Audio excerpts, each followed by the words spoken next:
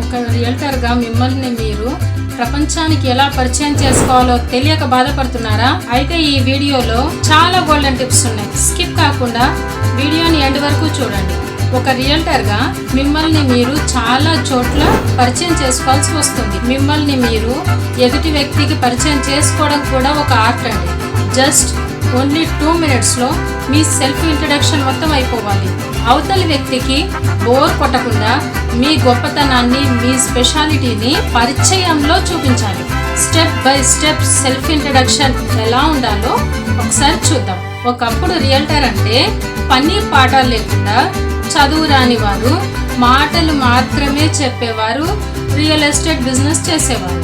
ప్రజలు కూడా వాళ్ళని సింపుల్గా బోకర్ అని పిలిచేవారు.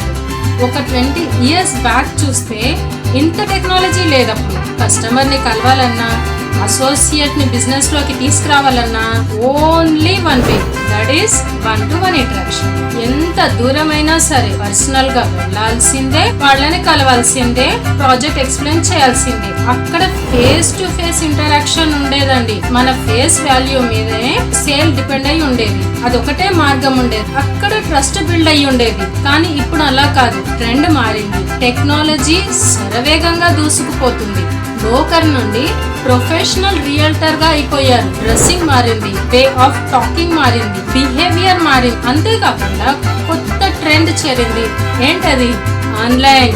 ఎస్, ఆన్లైన్ అండి. ఆన్లైన్ మాయాజాలం. అంతా ఇంత కాదండి. 20 years బ్యాక్ వరకు కూడా ఆఫ్లైన్ మాత్రమే ఉంది. ఇప్పుడు ఆన్లైన్ వచ్చేసింది. ముఖ్యంగా గుర్తుంచుకోవాల్సిన అవసరం ఏంటంటే జస్ట్ 2 minutesలో మీ ఇంట్రడక్షన్ ఫినిష్ అయిపోవాలి. అప్పుడు కస్టమర్ కి బోర్ కొట్టదు. మన దగ్గర ఉన్న ఈ 2 minutesలో అవతల వ్యక్తిని కట్టిపడేసేయాలి. ముఖ్యంగా మీ గురించి కొన్ని బేసిక్ పాయింట్స్ రాసి పెట్టేసుకోవాలి. Point number 1, speak with confidence.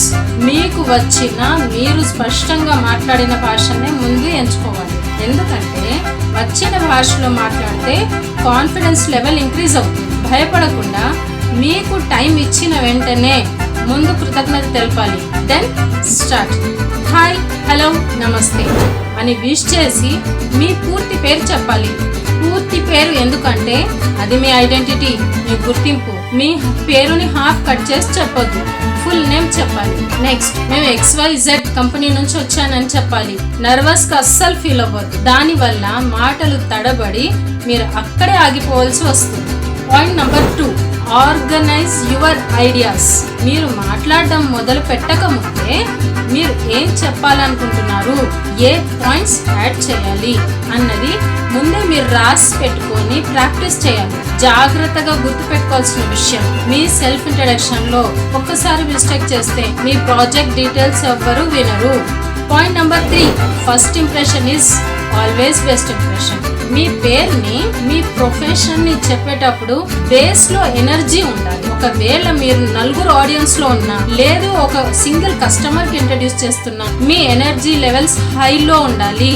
అంతేకాక చాటబాతం చెప్పేసినట్లు లాగకుండా క్విక్లీ డిస్క్రైబ్ యువర్ సెల్ఫ్. ఒక్కొక్కసారి మీ డిస్క్రిప్షన్ అనేది అవతల వాళ్ళ క్యూరియాసిటీ మీద కూడా డిపెండ్ అయి ఉంటుంది.